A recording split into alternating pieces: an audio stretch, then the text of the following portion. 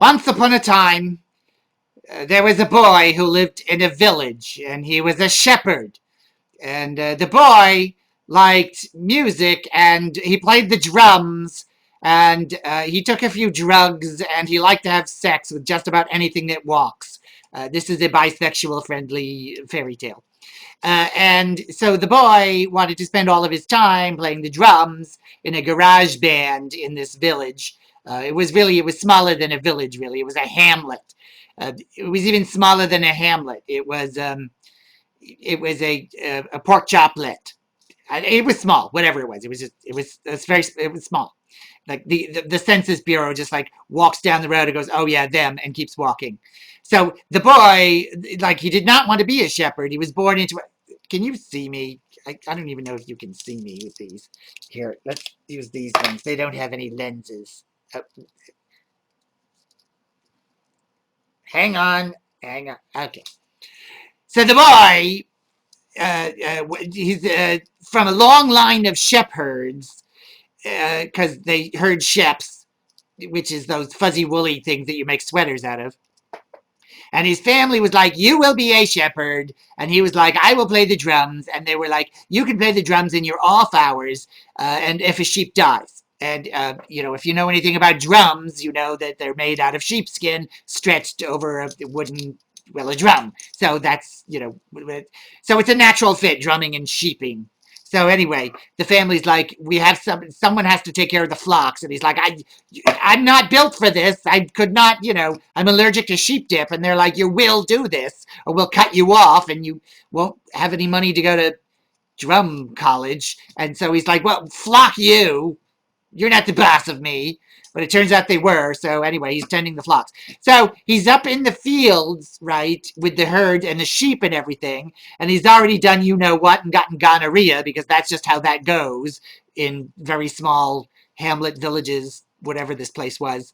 And I don't know, he cured it like the local witch cured it with like juniper berries shoved in his dingus. I don't know. So he's up there and he's extremely bored. Like, he's bored out of his freaking drug-addled, drum-benumbed counterculture mind. And he goes, I'm, going to make some drama for myself to amuse myself because I'm fucking bored. Which, as we all know, those of us who go to gay bars know, young men who sleep with men are prone to do. They like to create drama. That is why there's so many of them in the drama clubs in high school. Right? So he runs into town pell-mell, and when I say pell-mell, I'm emphasizing the pell, and he screams all the way into town, wolves, wolves, wolves, wolves, because he knows this entire community is a community of people who herd ships. So he knows this is going to freak their poop out. And lo and behold, it does. And they're all like, what? Where? What? And he's like, oh, they're up over the hill and down in the valley and across the river. The wolves, yeah, they're attacking my sheep. Eek. And so the townspeople go running also pell-mell. There's a lot of pell-mell here in this ham pork choplet. And they go running over the hill and down the valley and across the river. And then they're looking around and all they see are sheep grazing peacefully on some kind of Kentucky bluegrass, with Timothy weed, if you know your field grasses, as I do. Um, and they're like, there's no wolf. And they go back into town, and the boy is like shitting himself with laughter, rolling on the ground. And they're like, there's no wolf. And he's like, yeah, I know. I don't know what happened. The wolf, I don't know. The wolf got sick. The wolf was afraid of COVID-19. I don't know. The wolf left. The wolf had a better offer. So the townspeople are like, and they go back to their work, blacksmithing and mauve smithing and whatever it is. And then the boy goes back to the sheep, and, he's basically stuck out there. And like a week later, he's like, I could pick my own brains out through my nose. I'm so bored. And so he goes, you know what? It's time for a little fun. And he goes running again pell-mell into town screaming, wolf, wolf, wolf, wolf, wolf, wolf. And the townspeople who, know the value of sheps because If you don't have them, if your shep is your livelihood, then what are you going to do? They survive on this for their income. Plus, that's how they grow their families, because young men and women who are romantically inclined will meet each other and start a family, and they do this by meeting each other in the town pub at night.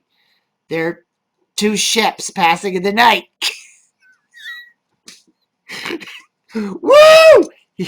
So the townspeople go running again over the hill, over the valley, across the river. And of course, as you know, because you've heard this story since you were like 3 years old, there is no wolf. Okay. And the townspeople are like, bitch, please, girl, done. Last nerve, done. So they go into town, and the boy is just like farting with laughter. And they're like, there was no wolf, was there? And he was like, no, no, no, totally. There was a wolf. So he was big, and you could tell he was a wolf because he had a long trunk and big floppy ears. Total wolf. And scared the sheep. Well, are they okay? And they're like, yeah, the sheep are fine. There's no wolf. And he's like, geez, I don't know what happened. Maybe the sheep scared them off. Maybe they were like, we will turn you into we'll smother you with a sweater, cerulean from the fall collection of whoever that was, and then some jerkwad picked out an acrylic version out of some bargain bin at Target or whatever. You saw the movie. So the kid goes back thinking he's totally pulled the wool over the eyes of the townspeople. Gotcha. And then the townspeople are like, yeah, okay, we got his number. So funny thing, right? An actual wolf shows up a week later and starts consuming the sheps from this boy's family's herd. And the boy is like, well, damn. And he goes running into town and he's screaming, wolf, wolf. And the townspeople are like, wolf, wolf, oh, there's a wolf. Oh, I'm a bitch because there's a wolf. Oh, someone come and put their finger in my ass. There's a wolf. And they don't budge. The blacksmiths keep on blacksmithing, tang, tang, tang. The mauve smiths keep on mauve smithing, which is actually a veiled reference to cutting chiffon to make draperies. That's mauve smithing. And no one moves. And the boy's like, there was a wolf. And so he runs back because he has to save the flock or do something. And he doesn't know anything. So he starts like with his drumsticks, he like plays the wolf on the head or something, and it doesn't work. And so, what basically happens, well, at this point in the fairy tale, I could go in two directions. The traditional direction is that the wolf eats the boy, and there's just a bloody slaughter. And then the parents sue the townspeople for a liability for lack of action and lack of protecting their child who was, killed by a wolf. When, of course, they know that you don't play around, you don't take any risks. Even if he was lying, you don't take the risk that he might actually be a wolf there, and as there was, and he was killed. So they sue the shit out of the town, and then they end up with all this real estate because the townspeople don't have any money. So the family takes the farms in the town, and they've got the blacksmith shop and the mauve smith shop, and then basically they turn the town into a kind of like Legoland. And this all happened in Denmark, and that's how Legoland was started. Or I tell you the other way that the story happened, which was that the boy, he's hitting the wolf with the drumsticks, and the wolf is like, wait a minute, that's a cool beat. And the wolf gets out his guitar and starts, made from sheep gut strings, and starts laying down some licks. And the next thing you know, there's Simon and Garfunkel.